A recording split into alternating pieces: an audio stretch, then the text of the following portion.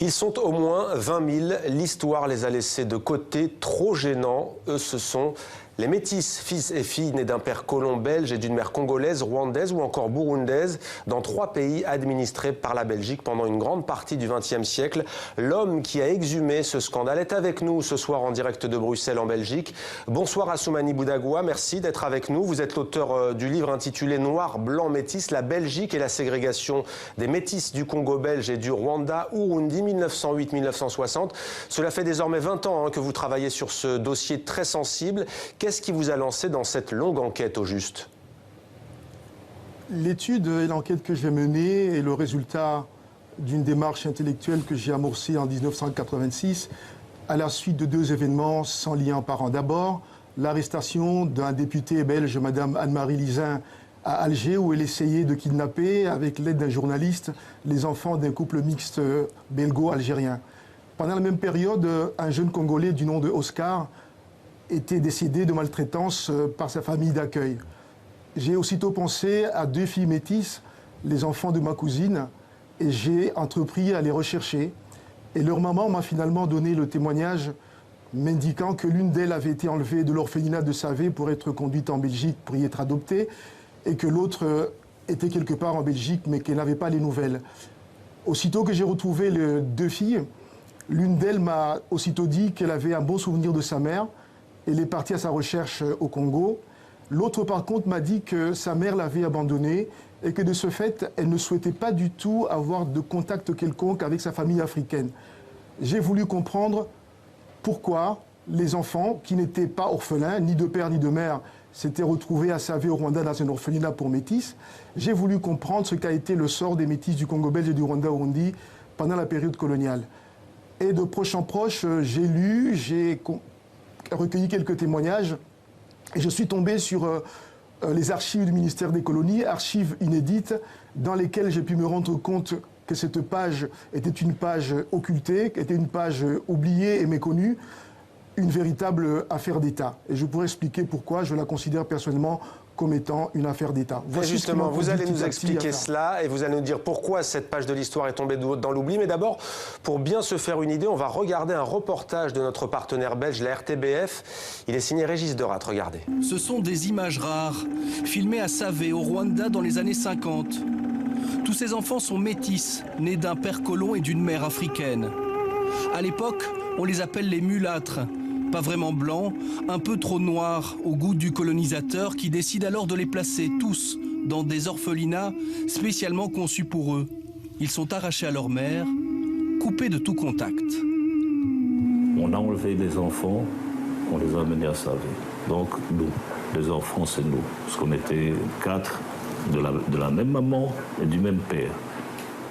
Je ne pense pas, je ne me souviens pas avoir reçu de la visite de ma maman. Je pense qu'elle n'avait aucun droit vis-à-vis de l'orphelinat. Car cacher les métis devient le leitmotiv des colons belges. Ils les considèrent comme les enfants du péché, comme une dégénérescence de la race blanche. Quel que soit leur âge, les enfants doivent rejoindre les instituts. Leurs mères sont priées de ne pas revenir. Et je vois encore la sœur qui l'a chassée d'un geste très significatif. Il n'y avait pas besoin de parler. Quand on voit ce geste-là, on a vite compris ce qu'elle voulait dire. À l'indépendance du Congo, puis du Rwanda, Urundi, le sort des métis bascule encore. Par centaines, ils vont être évacués en avion vers la Belgique avec un billet aller simple. On prenait voilà, telle personne, et puis on présentait un passeport, et subitement, alors on m'a pris. Mes frères et sœurs ont été dirigés vers d'autres personnes, mais je ne comprenais pas grand-chose. À l'arrivée, on change leur identité. Nouveau prénom, nouveau nom, nouvelle famille, comme si tout était fait pour brouiller les pistes de leur passé. On voyait des milliers d'enfants ici en Belgique en changeant leur nom, en essayant qu'ils ne retrouvent pas leurs parents. Ça ne va pas, cette histoire doit être connue de tout le monde. C'est du kidnapping. Luc fait partie de ceux qui ont pu remonter la piste. Il a retrouvé sa mère biologique au Rwanda. Je n'avais pas de nouvelles d'elle. Maman, Mélanie, vous connaissez la collade africaine, s'est accrochée à moi. Elle a pleuré. Elle a une épaule à l'autre, elle a fondu en larmes. Pour elle, ça faisait 20 ans qu'elle espérait revoir ses enfants. Les métis n'ont pas encore trouvé de place dans les livres de l'histoire coloniale et ils espèrent à présent sortir de l'ombre. Ils ont été invités à livrer le récit de cette ségrégation troublante au Parlement bruxellois. Une première étape avant, qui sait, une reconnaissance fédérale. On a envie d'éveiller, comme un volcan qui était éteint pendant des milliers d'années, eh bien on a envie d'éveiller tout ça et de témoigner maintenant pour nos enfants, nos petits-enfants. Pour être reconnu ? Tout simplement pour être reconnu par l'histoire, par l'État belge et peut-être éventuellement, ce serait quand même magnifique également que l'État belge reconnaisse un peu certaines erreurs du passé. Avant toute chose, les métis espèrent avoir enfin accès aux archives de l'Église, de l'histoire coloniale des affaires étrangères. Les députés bruxellois ont promis de les aider dans cette aventure. Voilà pour ces faits dont on perçoit l'extrême gravité. Assoumani Boudakoua en direct de Bruxelles en Belgique. Vous disiez donc affaire d'État. Pourquoi ? J'ai qualifié la ségrégation ciblée des métis comme étant une affaire d'État pour plusieurs raisons. La première, c'est que l'État colonial a considéré une partie de sa population, en l'occurrence ici les métis, comme constituant une menace au prestige de la race blanche du colonisateur, comme un danger à la pérennité du régime colonial. En fait, en réalité, l'État colonial s'est trompé d'ennemi. L'État a également soustrait du débat public toutes les discussions concernant les métis. Il a voulu en faire un débat interne au sein du gouvernement, au sein du ministère des colonies, où 2 commissions ministérielles ont siégé, la première de 38 à 39 et la deuxième de 47 à 50. Étant donné que le ministère n'avait pas l'obligation de publier les comptes rendus de ces réunions, ces débats sont restés dans un cercle relativement clos.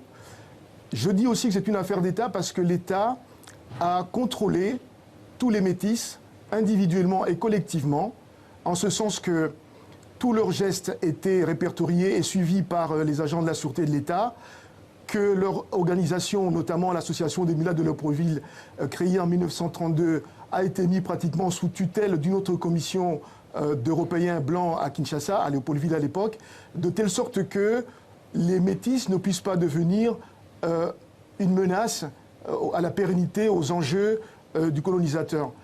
Il faut surtout se rappeler une chose, c'est que cette obsession de voir les métis devenir un jour les ferments de la révolte, et même les leaders de la révolte, provient de la révolte des métis au Canada, sous la conduite de Louis-David Riel, lequel Louis-David Riel n'était pas métis de première génération, mais c'est son arrière-grand-mère qui était métisse. Et on a donc conclu que tout qui portait une goutte de sang blanc était susceptible, comme Louis-David Riel, de conduire les masses à la révolte contre le régime colonial. Donc la question des métis a été véritablement une affaire d'État parce que l'État a orchestré, a organisé, a alimenté, a promu, a cautionné cette ségrégation, quand bien même la loi ne l'indiquait pas de manière aussi nette. Ségrégation sur combien d'enfants devenus adultes, combien d'enfants sont-ils concernés par ce scandale ? Alors, les statistiques pendant la période coloniale ont été très parcellaires. Suivant les périodes, on indiquait 4 000 ou 6 000. Il y a même eu des chiffres jusqu'à 20 000. Le ministre des colonies a dit qu'il y en avait 12 000 en 1947 lorsqu'il a autorisé la tenue d'une commission ministérielle. À la veille de l'indépendance, on en dénombre entre 12 et 13 000, en précisant bien entendu que ce chiffre est probablement inexact. Je doute personnellement sur la valeur de ces statistiques, du fait que rien n'indique ni les âges, ni le sexe, ni les régions. Et je pense personnellement qu'il y avait peut-être beaucoup plus, peut-être beaucoup moins. Comment est-ce qu'aujourd'hui, au Congo, dans la région des Grands Lacs, dans les pays concernés, ce scandale est-il perçu ? Alors d'abord, on ne le perçoit pas comme scandale. Hein. Je ne dirais pas personnellement je n'utiliserai pas personnellement le mot de scandale. C'est surtout perçu comme une lâcheté, comme un gâchis, comme un échec, comme une impasse, parce que cet État colonial qui était supposé moraliser, civiliser, apporter les règles de vie supérieures, dirait-on, s'est comporté par rapport à ses propres enfants de manière injuste, de manière lâche, avec ce qu'on viendrait d'appeler aujourd'hui un véritable gâchis. Mais justement, enfants du péché suprême, n'entrant pas dans les critères ségrégationnistes noir-blanc, ils ont été le plus souvent arrachés à leurs parents, on l'a vu, déportés en métropole, placés dans des institutions religieuses de Belgique. Comment est-ce que tout cela a été possible? Bien entendu, crime du colonialisme, mais on n'a pas vu ça partout, hein, ce phénomène dans d'anciennes colonies, par exemple, de la France. Il y a eu aussi, dans des colonies françaises, il y a eu des orphelinats pour métis. Au Mali, il y a eu au Congo-Brazzaville, etc. Ça a existé, mais avec beaucoup moins de ségrégation, comme les Belges en ont fait preuve. Les Français n'ont pas justifié, par exemple, cette ségrégation par des caractères monstrueux. Hein. Il y a un Belge qui dit « le mulâtre est un monstre et tout ce qui constitue à le reproduire est une monstruosité ». Plusieurs hommes d'État belges, notamment ceux qui ont animé l'Association pour la protection des métis, ont utilisé des termes assez forts pour pratiquement considérer le métis comme étant une espèce de monstruosité. Mais dans plusieurs colonies, notamment françaises, que ce soit en Indochine ou que ce soit en Afrique équatoriale française ou en Afrique occidentale française, il y a eu des orphelinats. Maintenant, comment cela s'est passé ? De façon parfois sournoise. Parfois, c'est un prêtre qu'on envoyait pour qu'il puisse convaincre la maman de céder l'enfant parce que, disait-on, leurs pères blancs veulent s'en occuper, leur donner une instruction. Parfois, c'était de manière assez brutale. Des agents de l'État débarquaient et imposaient à la mère d'aller déposer ses propres enfants. Assoumani Boudagua, une dernière question, pardonnez-moi, elle sera double. En quelques mots, on l'a vu dans le reportage, le législateur belge se penche sur la question. Qu'attendez-vous des politiques aujourd'hui du Royaume et qu'attendent aussi les victimes que vous avez rencontrées? Est-ce qu'elles demandent réparation et de quelle nature? Alors, de manière très claire aujourd'hui, la première revendication des métis, qui sont d'ailleurs organisées dans une association appelée Association Métis de Belgique, la première revendication, c'est la reconnaissance par l'État belge de ce que fut la ségrégation ciblée dont ils ont été l'objet ou dont ils ont été victimes. Il semble aujourd'hui qu'il y a un accueil favorable.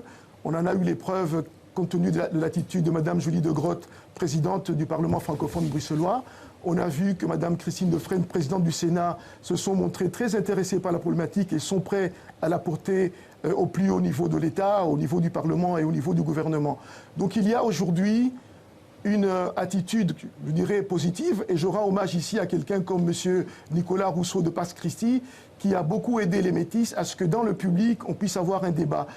Ça fait 3 débats qu'on a menés sur la question, et on sent petit à petit que beaucoup de Belges sont surpris d'apprendre que cette page avait été oubliée, avait été méconnue, et ils sont, me semble-t-il, disposés à en débattre de manière très sereine. Donc je me joins au combat que l'Association Métis de Belgique mène, je me joins à tous les efforts qui sont faits pour que cette problématique soit portée au niveau du public, et j'accepte volontiers de participer à des conférences, et c'est la raison pour laquelle je vous remercie chaleureusement et profondément de m'avoir invité pour parler ce soir. Eh bien, merci beaucoup à vous, Assoumani Boudagua, de nous avoir éclairé sur cette page sombre de l'histoire. Donc, noir, blanc, métis, la Belgique et la ségrégation des métis du Congo belge et du Rwanda, Urundi, 1908-1960. Merci beaucoup à vous d'avoir été en direct de Bruxelles, en Belgique, avec nous.